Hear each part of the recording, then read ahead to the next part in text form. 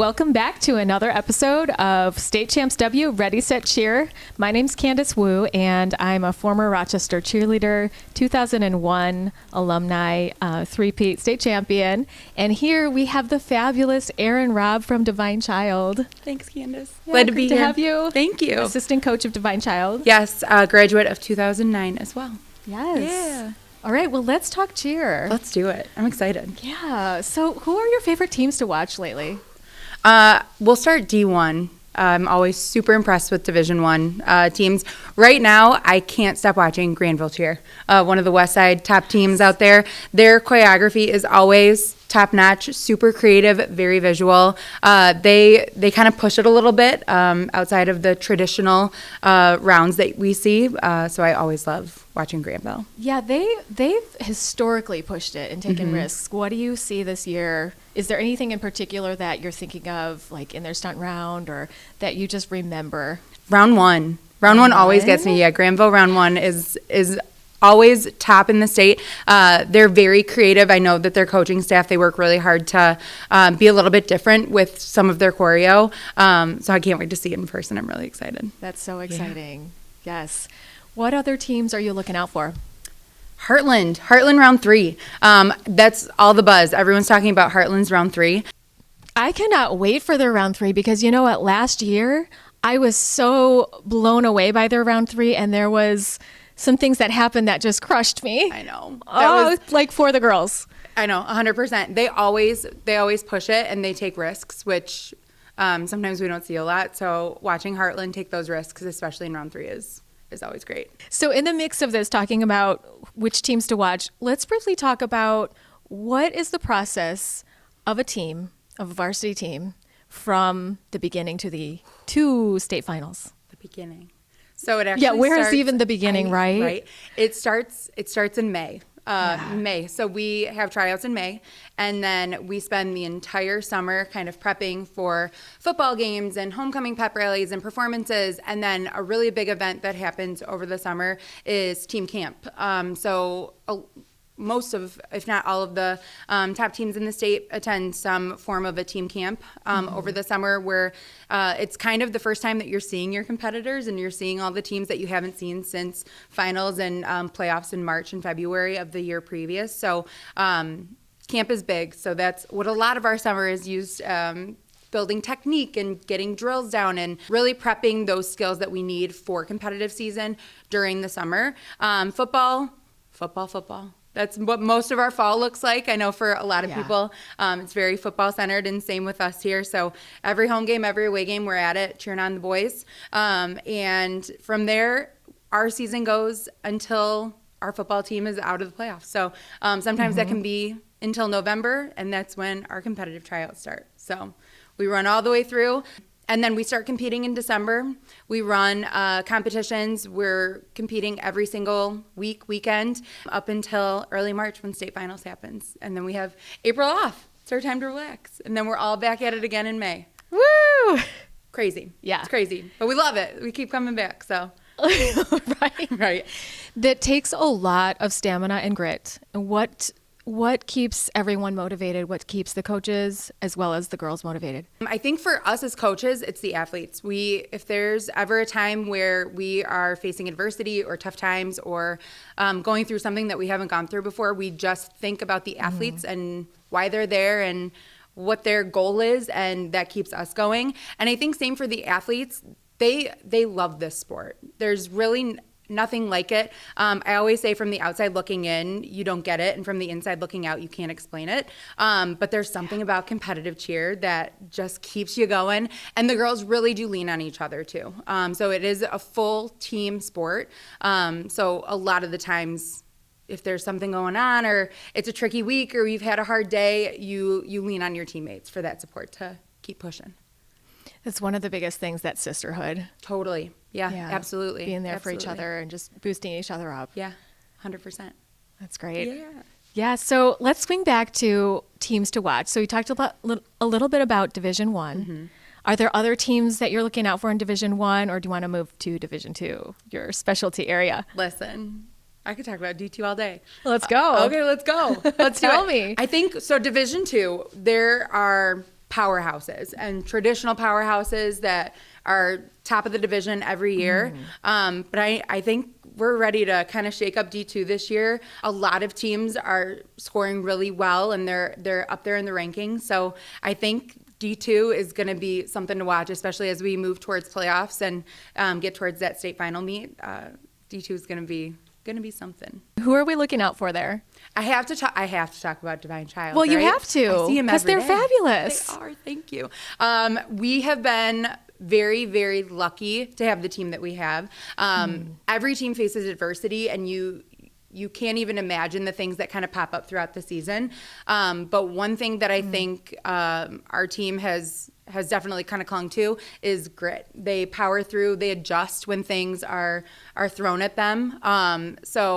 We have a really talented team. We have a great team of leaders. Our seniors are incredible. We have some powerhouse freshmen too, and our juniors and sophomores are kind of leading the way and stepping into some new roles this season. So we're excited. That's really great. What kind of things have been swung their way, or what adjustments have they made? I think in the competitive cheer world, something that isn't super well known, injuries. And they happen everywhere, but man, some weeks you leave a competition with 6 bags of ice in your bus, and it's a nonstop sport. So I think sometimes it really does wear on the body, especially with what our athletes are doing. So injury is always something that we're kind of dealing with throughout the season, but they power through and they do what they need to do to be out there and be there for their team. Yeah, and who are your biggest rivals right now? So that Downriver League. So Allen Park, Carlson, incredible teams. They look amazing year after year. They've taken state finals the last, I can't even count how many years. So it's always really exciting to see them at these invitationals throughout the year as we approach playoffs and get to see them in more of a playoff setting. And I know a lot of teams, they do score sheets. So they'll start their week a lot of the time by going over scores from the invitationals from the weekend before.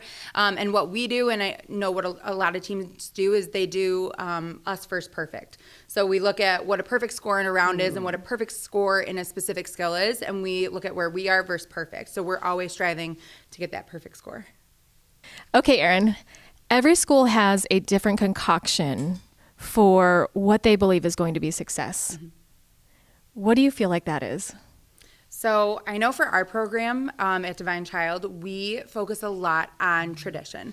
We're really focused on the program and what the girls in the program have done years before us, and kind of keeping that tradition living on and fighting for the alumni that are watching from the sidelines now. One thing that's always really nice, especially over the holiday break, we have just like rows of alum that come to our practice and watch and help and critique and kind of pump the girls up and share their story of what Divine Child gave to them.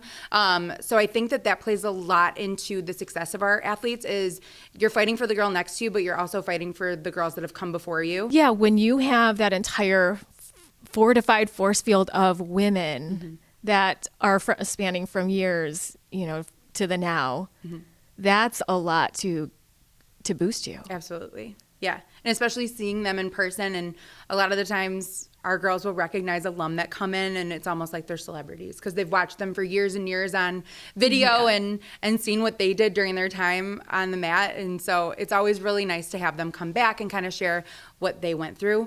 And then I think another really big thing, and kind of like the culture of Divine Child's program, is just like a sense of belonging. We all have a common goal, and we all have one thing in common at the base of it all.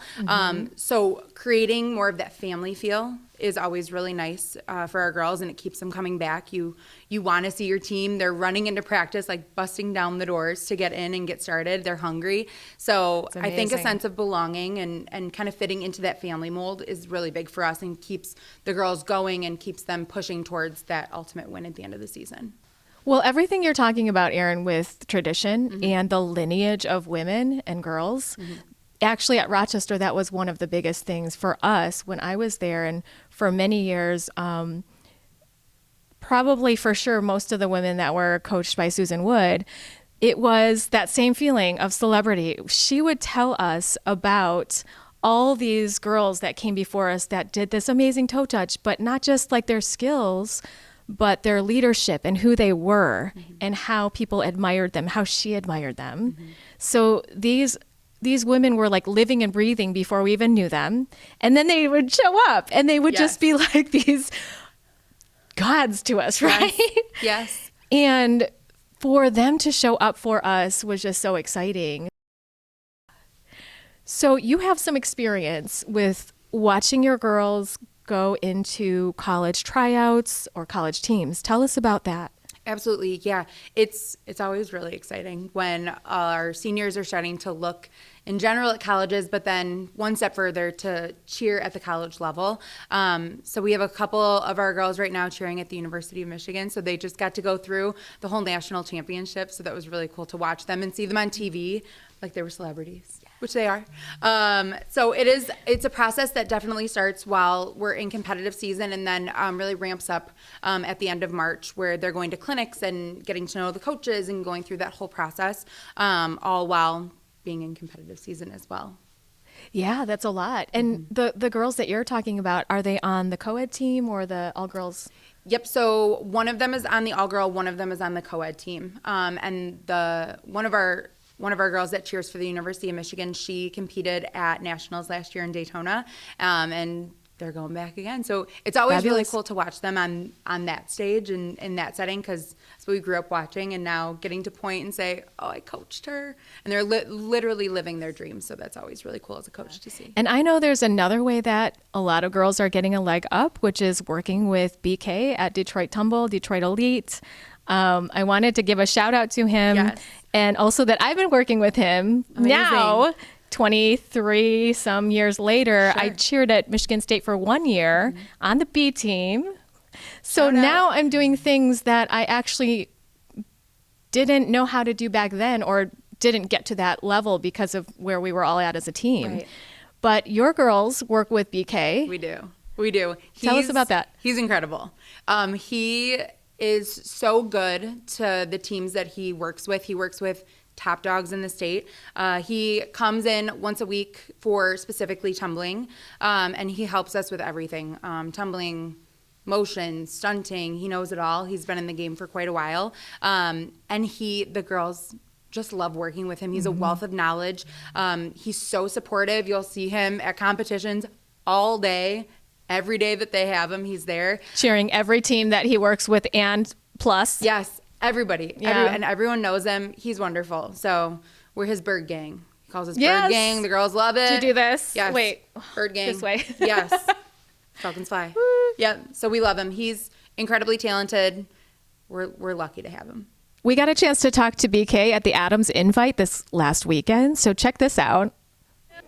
All right, hey, we have Coach BK from D Elite. Hey, how we doing today, MHSA? How we doing? Woo! So tell us about your involvement with the teams. Well, I'll tell you what, I've got 3 varsity teams going on in this session right now, so got to play neutral, but at the same time, we're hoping everybody has their best day, everybody goes and gets a hit, and we'll see where the scores lie at the end. Yes, okay. And what else are you bringing to Michigan Cheer? So I'll tell you what, not in addition to just getting our athletes to be successful at the high school level, we're trying to send as many kids to college to open up that next 4 years for their career, for their lives.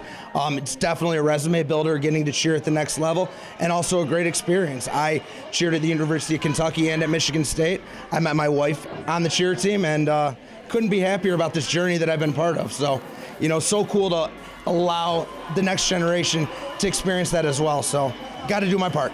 So we've got some competitions coming up this week, Wednesday, as well as on the weekend. Who are we looking for a big showing?